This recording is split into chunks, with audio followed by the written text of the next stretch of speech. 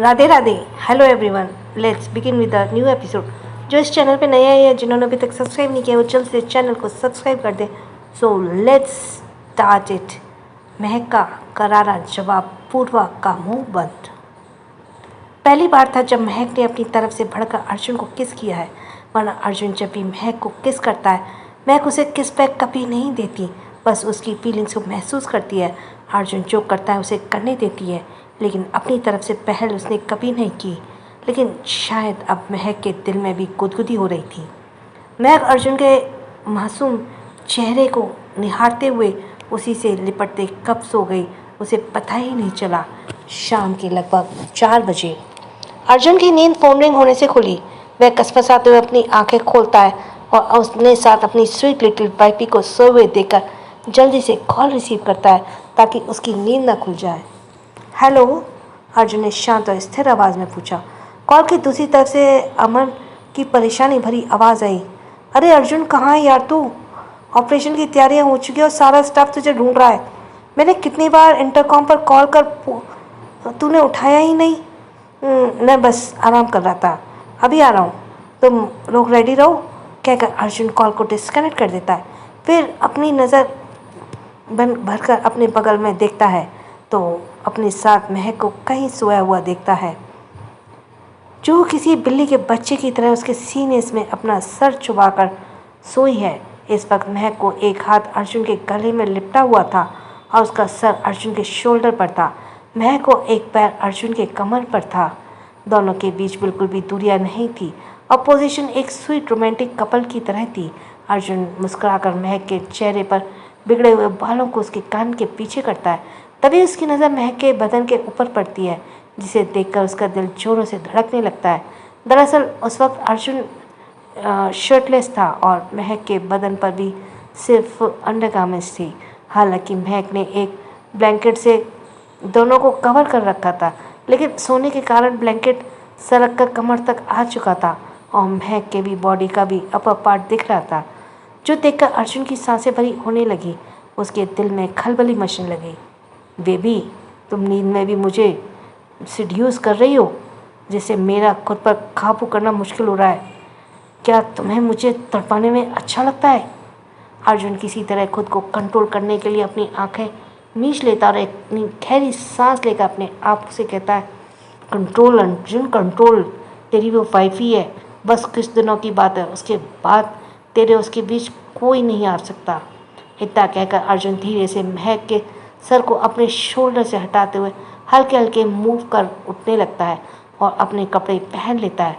अर्जुन जाने से पहले एक बार महक के ऊपर से नीचे तक देखता है, फिर से ब्लैंकेट से अच्छे से कवर कर उसके माथे पे हल्के से किस कर देता है।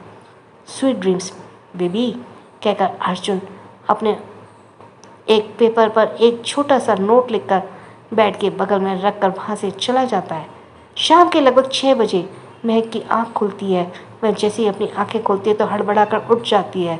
फिर अपनी नज़र घुमाकर पूरे कैबिन में देखती है, वहाँ अर्जुन उसे नज़र नहीं आता। मैं अपने आप से कहती है, अरे ये अर्जुन जी कहाँ चले गए? उन्होंने मुझे जगाया भी नहीं और ये कुंभकर्ण की तरह मैं सोती रही। महक अपने सिर पर टपली मारते हुए कहती है, महक तू भी ना एक नंबर की कुंभकर्ण है।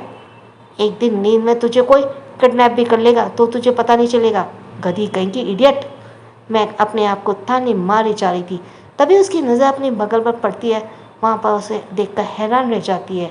फिर जल्दी से बेड पर रखे हुए अपने कपड़े पहन लेती है।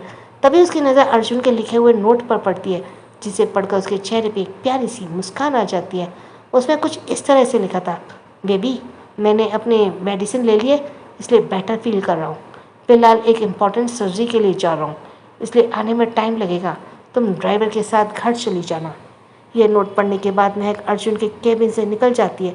महक जैसे ही अर्जुन के केबिन से निकलकर कॉरिडोर की तरफ जाती है, अचानक उसकी नज़र पूर्वा पर पड़ जाती है। पूर्वा अपने हाथों में पेशेंट्स की फाइल लेकर जा रही थी। अचानक वह भी महक को देखती है और महक को देखते ही पहचान जाती है और वहीं अर्जुन की वाइफ है।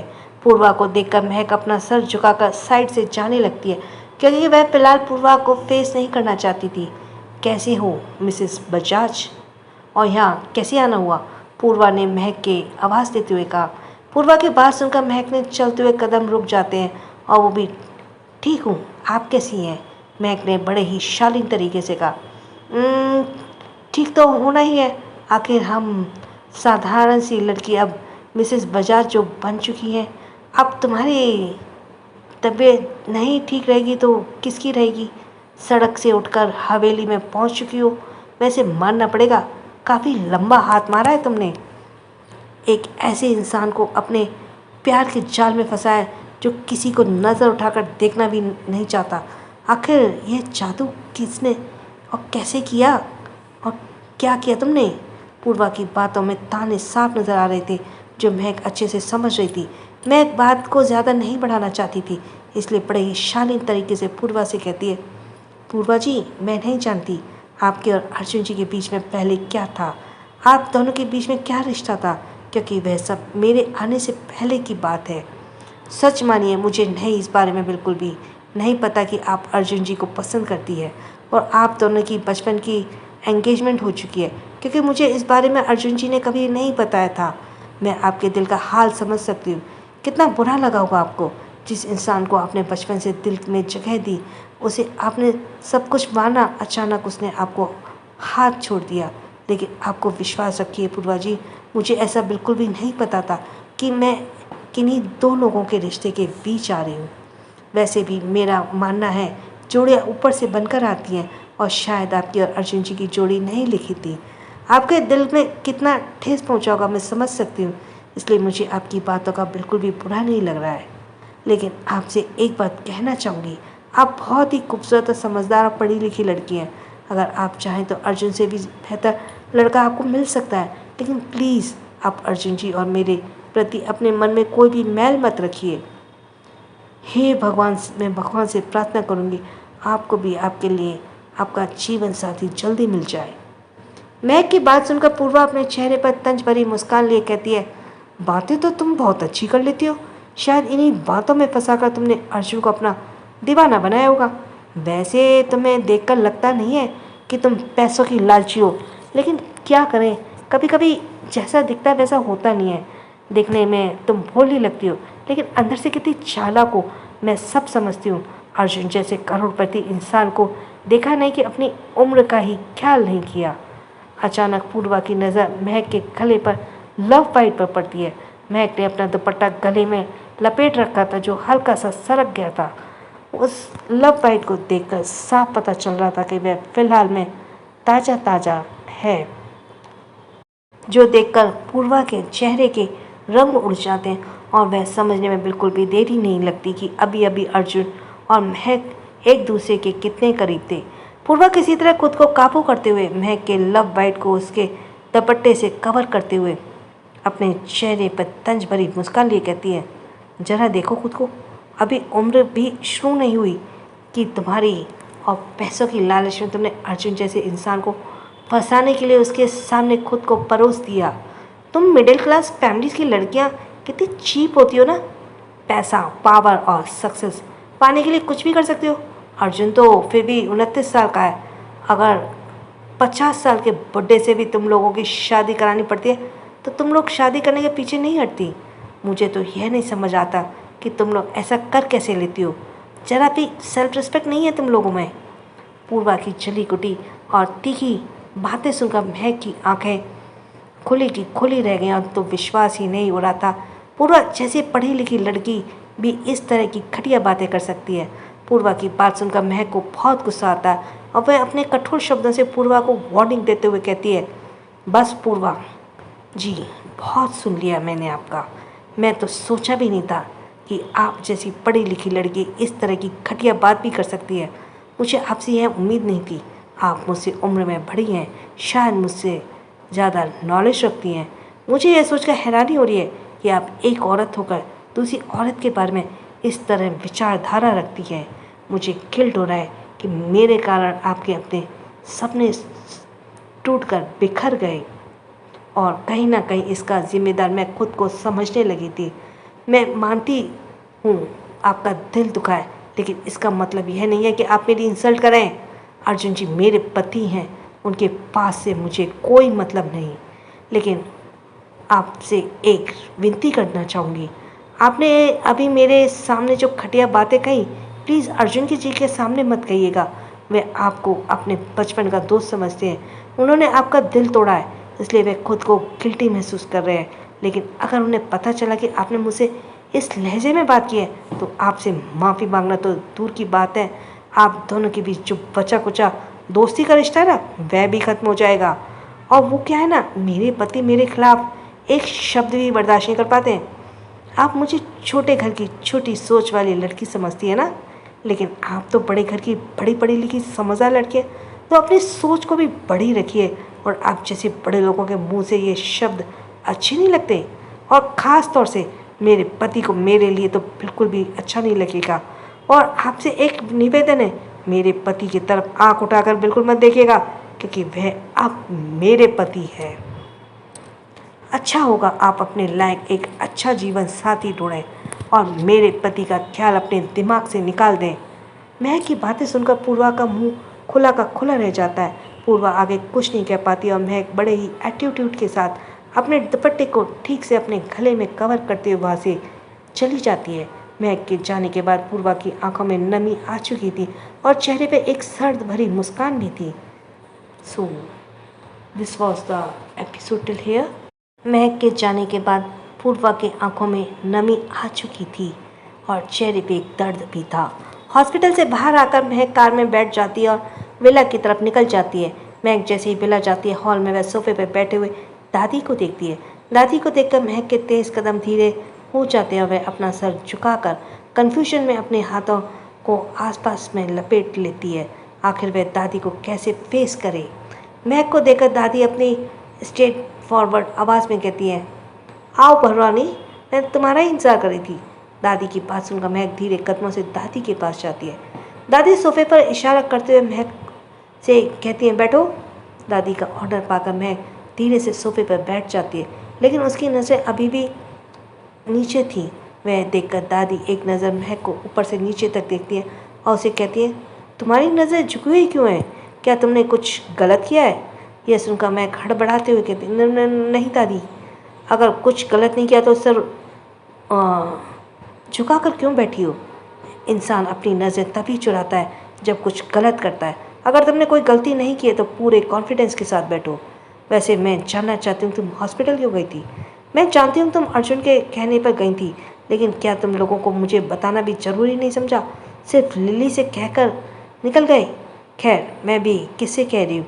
जब मेरा पोता ही मेरे हाथ में नहीं रहा तो दूसरों से किस बात की उम्मीद रखूँ? तुम लोग के सिर्फ 7 दिन का समय मांगा था मैंने अपनी सेटिस्फेक्शन के लिए कि तुम मेरे पोते से लायक हो और बजाज खानदान की बहू बनने लायक। लेकिन लगता है यहाँ मेरे बातों का कोई ओपिनियन का कोई रिस्पेक्ट नहीं है। तुम लोगों को जो करना है तुम लोग खुद ही किए जा रहे हो। मुझे लगता है मुझे यहाँ से चले जाना चाहिए। जिस जगह की इज्जत नहीं है वहाँ रहकर क्या फ़ायदा? दादी की बात सुनकर मैं हैरान होते हुए सर उठाकर दादी से कहती है, नहीं दादी, ऐसी कोई बात नहीं है, आप गलत समझिए। मैं दरअसल मुझे पापा की याद आ रही थी, इसलिए मेरे जाने का मन हुआ, इसलिए अर्जुन जी मुझे लेकर चले गए। और अगर आपको बुरा लगा है तो मैं माफ़ी मांगती हूँ, लेकिन प्लीज़ आप नाराज़ मत हुइए। आज के बाद ऐसी गलती नहीं होगी। अगर आप यहाँ से नाराज़ होकर चली गई तो अर्जुन जी को बहुत बुरा लगेगा। अर्जुन को बुरा लगेगा? तुम्हें सच में लगता है उसे बुरा लगेगा? इनफैक्ट मुझे तो लगता है कि उसे काफ़ी खुशी होगी। उसकी लाइफ में इंटरफेयर करने वाली कोई नहीं होगी, उसके रोमांस में टांग अड़ाने वाला कोई नहीं होगा।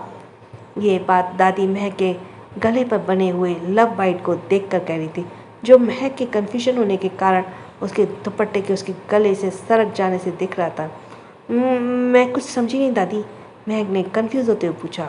इसके समझना कैसी है? मेरी बात साफ है।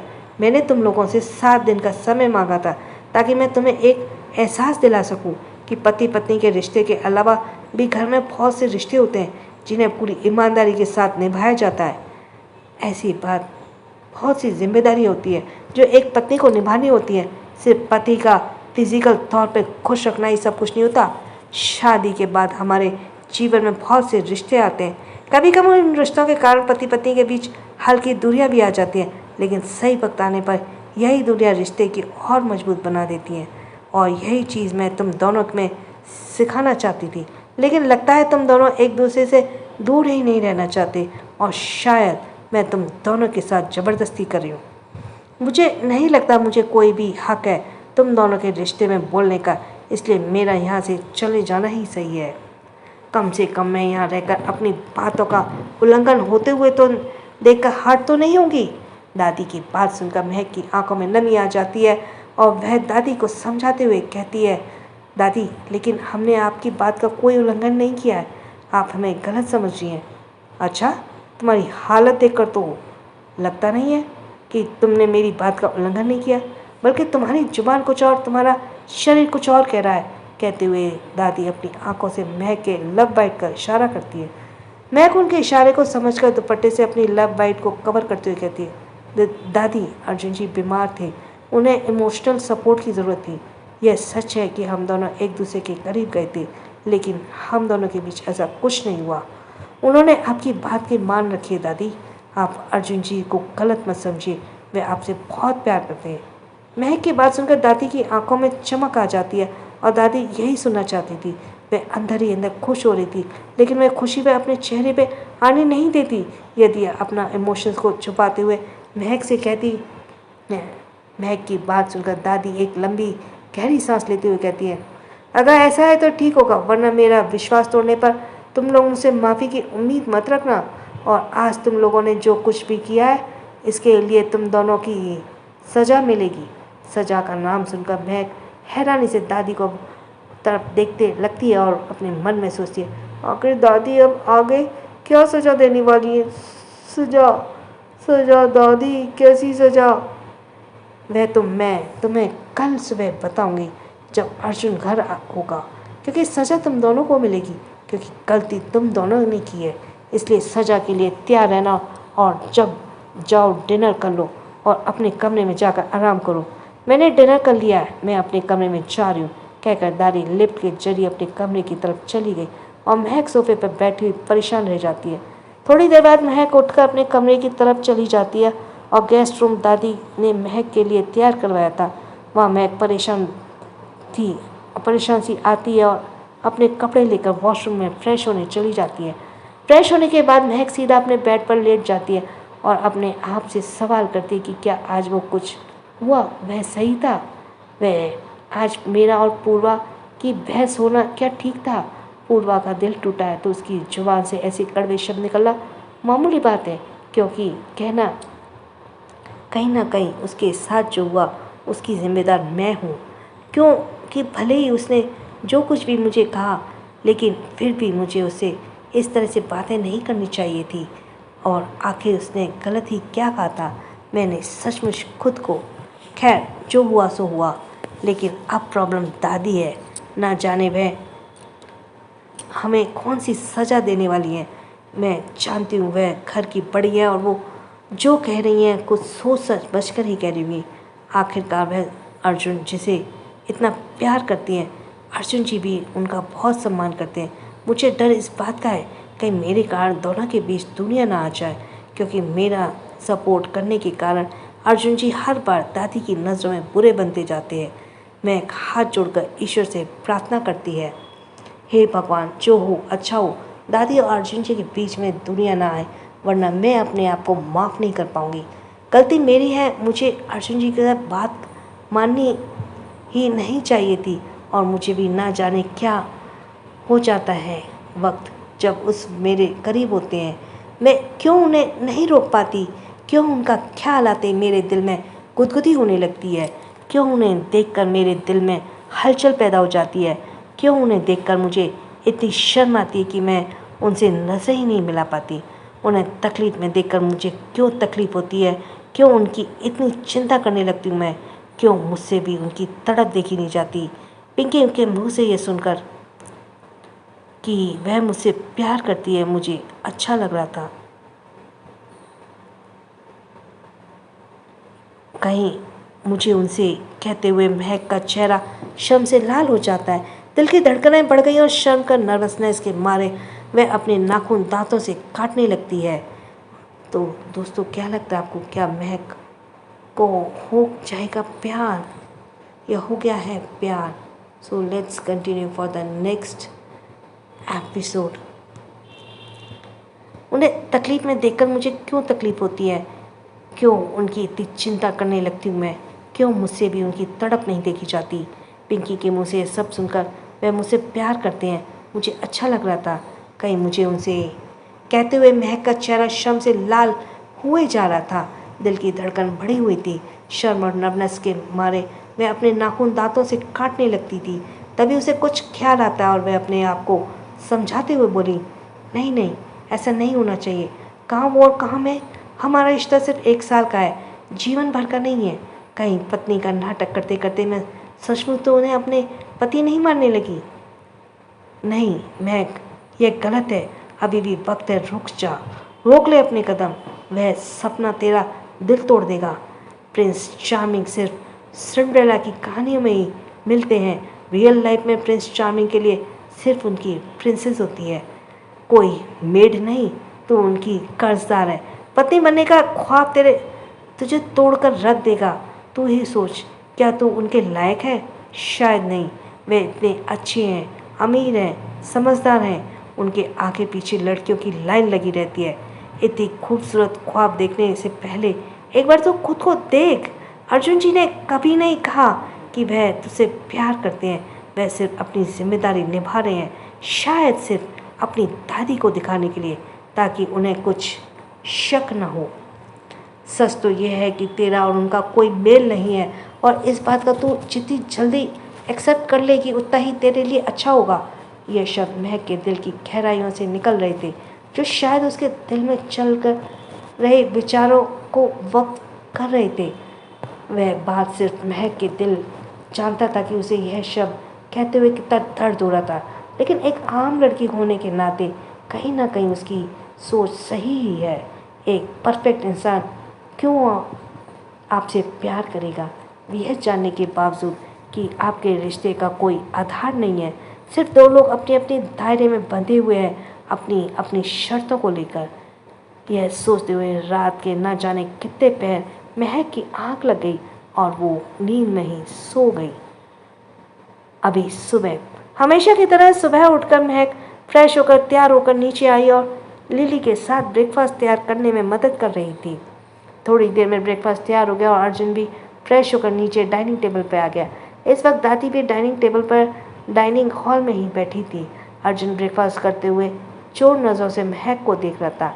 महक भी इस बात को चोरी छुपे नोटिस कर रही थी, लेकिन फिलहाल वह अपनी नज़र उठाकर अर्जुन को नहीं देखती और सभी को ब्रेकफास्ट सर्व करती है।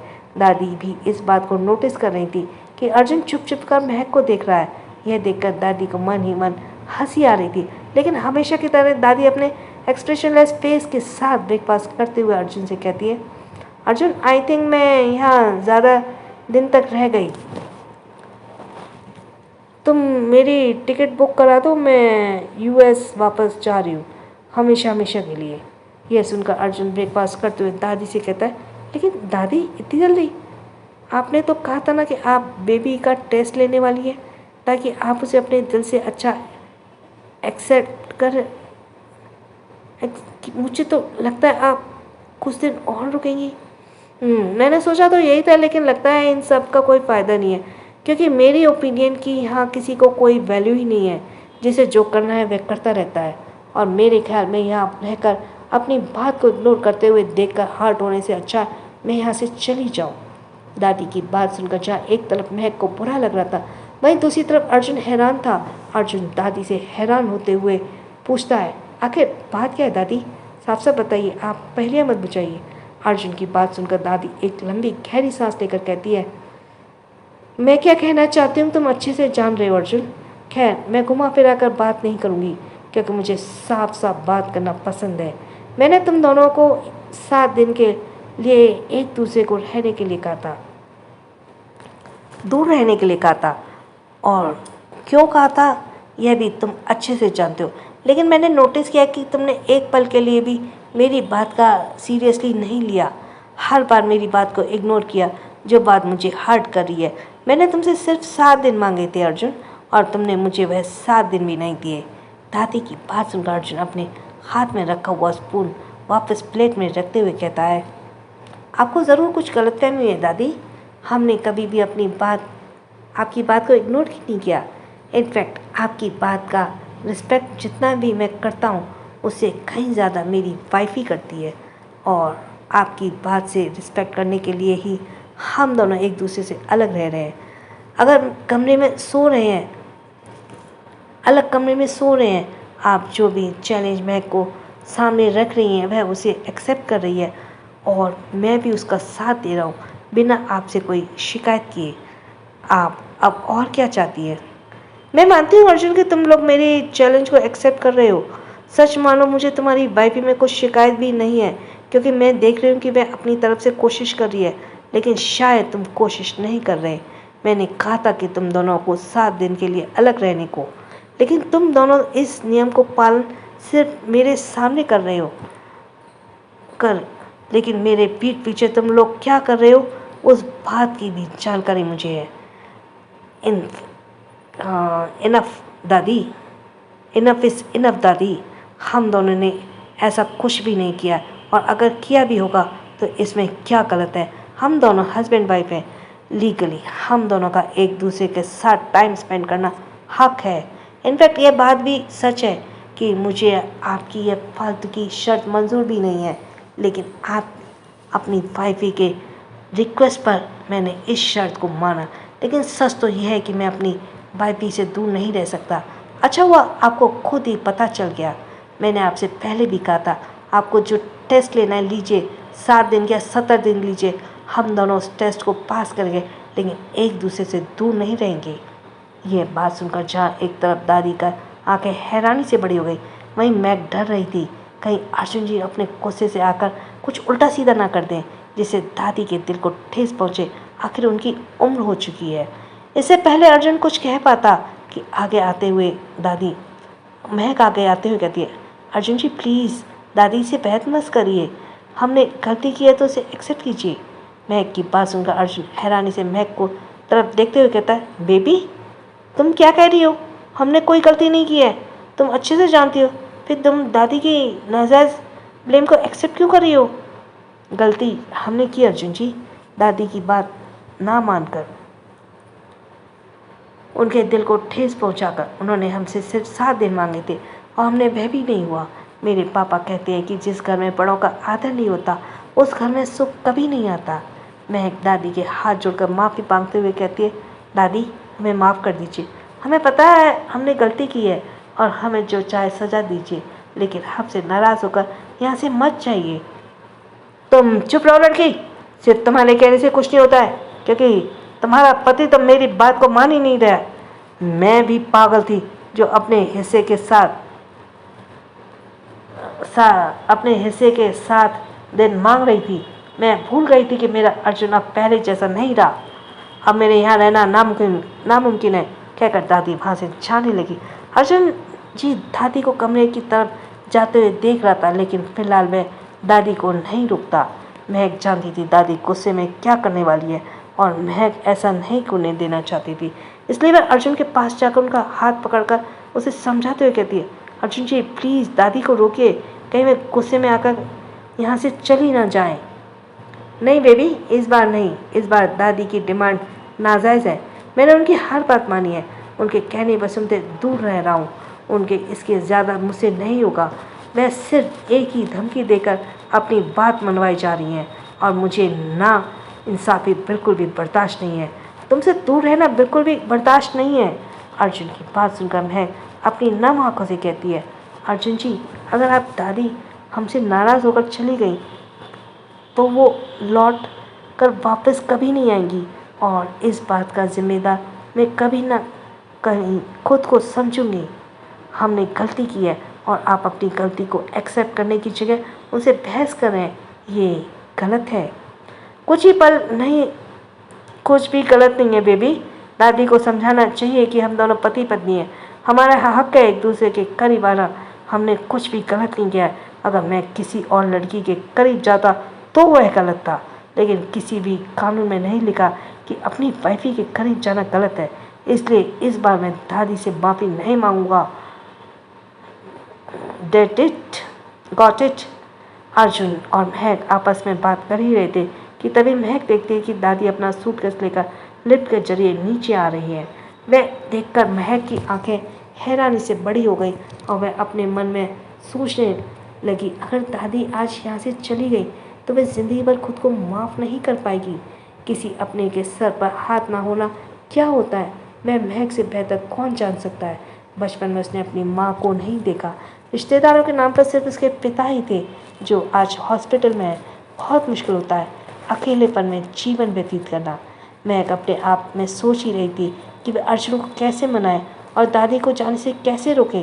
ना जाने क्यों महक का दिल कर रहा था कि दादी गलत नहीं है, लेकिन अर्जुन की इस बात को समझने के लिए तैयार नहीं थी। तभी अचानक महक के दिल में ख्याल आता है और अर्जुन की तरफ देखते हुए कुछ ऐसी बात कहती है जिसे सुनकर अर्जुन के कान खड़े हो जाते हैं। उसने कभी भी एक्सेप्ट नहीं किया कि महक उसे ये बात कहेगी। तो दोस्तों, आखिर उसने ऐसी क्या बात कही है महक ने? एपिसोड थैंक्स कैसा फॉर लगा लिसनिंग। छोटों कमेंट को बॉक्स प्यार, में बड़ों को जरूर सम्मान। बताना। Radhe Radhe. Thanks for listening. छोटों को प्यार, बड़ों को सम्मान। सब्सक्राइब कर दिया ना? नहीं तो जल्दी से कर दो एक फिंगर टच। और राधे राधे।